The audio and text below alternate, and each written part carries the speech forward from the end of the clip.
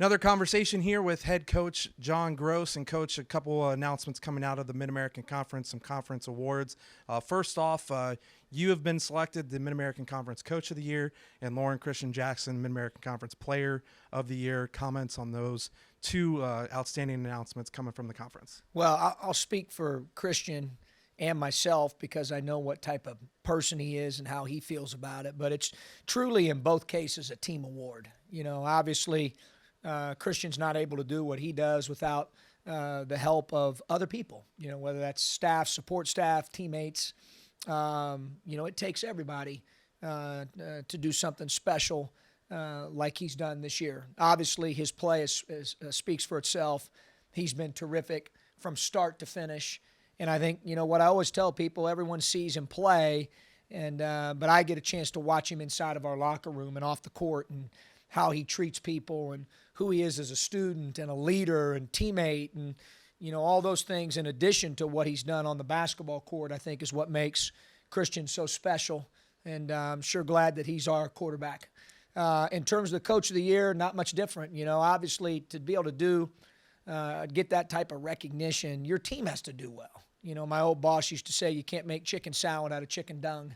You have to have really good people around you, which we have with our staff, our support staff, our administration. Zips Nation has been great all year. And then you obviously, most importantly, have to have good players and a good team. And because of our team success, that's why you're seeing, some notoriety given out to some individuals. But, we're fully aware that it's a direct reflection of our team.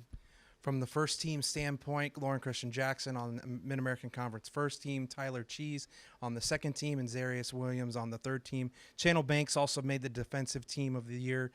Just comments on those other three guys. Well, first, like we did when we found out, walked in the locker room and told the guys in front of the team congratulations, and everybody clapped for each other because, again, it's a team award. And I'm biased because, I love my guys, but I always, every time that stuff comes out, especially when you've had a chance to coach a winning team that we've had, I think, in my opinion, some guys should have been higher. Some other guys that were excluded on some of the teams I thought maybe should have been included, and I'm sure other coaches feel that way too. But, I'm always one of those guys, Chad, I've always bent my voting over the years to, those teams and players and coaches that have won because that's the most important thing. I told George Thomas from the Akron Beacon Journal that Belichick's quote that, individual statistics are for losers and, teams win. That's the most important thing. And a great lesson for our guys because obviously we didn't have any of these